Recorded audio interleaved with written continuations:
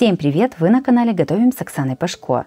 Сегодня приготовим вкусный и быстрый десерт из клубники. Набор продуктов минимальный, готовится он настолько просто, что справится каждый.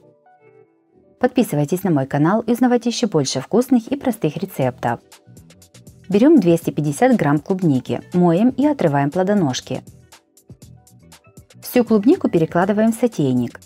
Сюда же насыпаем 60 грамм сахара. Все измельчаем погружным блендером или любым другим способом. В измельченную клубничную массу наливаем 200 мл воды. Перемешиваем. Насыпаем 50 грамм крахмала. Я использую кукурузный. Опять все перемешиваем венчиком. Ставим на огонь.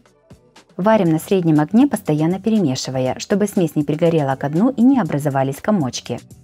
Вместо кукурузного крахмала можно использовать картофельный или муку. На крахмале десерт получается вкуснее и более нежным. После закипания варим еще примерно 1 минуту и снимаем с огня. Горячую смесь переливаем в мисочку. У меня объем мисочки 450 мл. Аккуратно разравниваем смесь и оставляем остывать. Когда масса остынет до комнатной температуры, накрываем ее крышкой и ставим в холодильник застывать. Десерт застыл. Переворачиваем миску и выкладываем его на доску. Если сразу не получается его достать, то можно немного пройтись ножом сбоку, чтобы запустить воздух. Десерт разрезаем на 8 примерно одинаковых частей.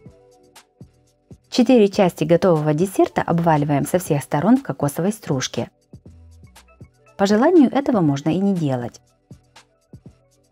Также на моем канале есть и другие рецепты быстрых и легких десертов без выпечки. Смотрите их по ссылке на экране или в описании под видео.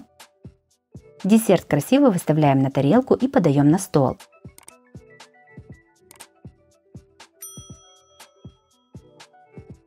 Быстрый десерт из клубники получился нежным, очень вкусным и ароматным. Готовится просто, а получается всегда.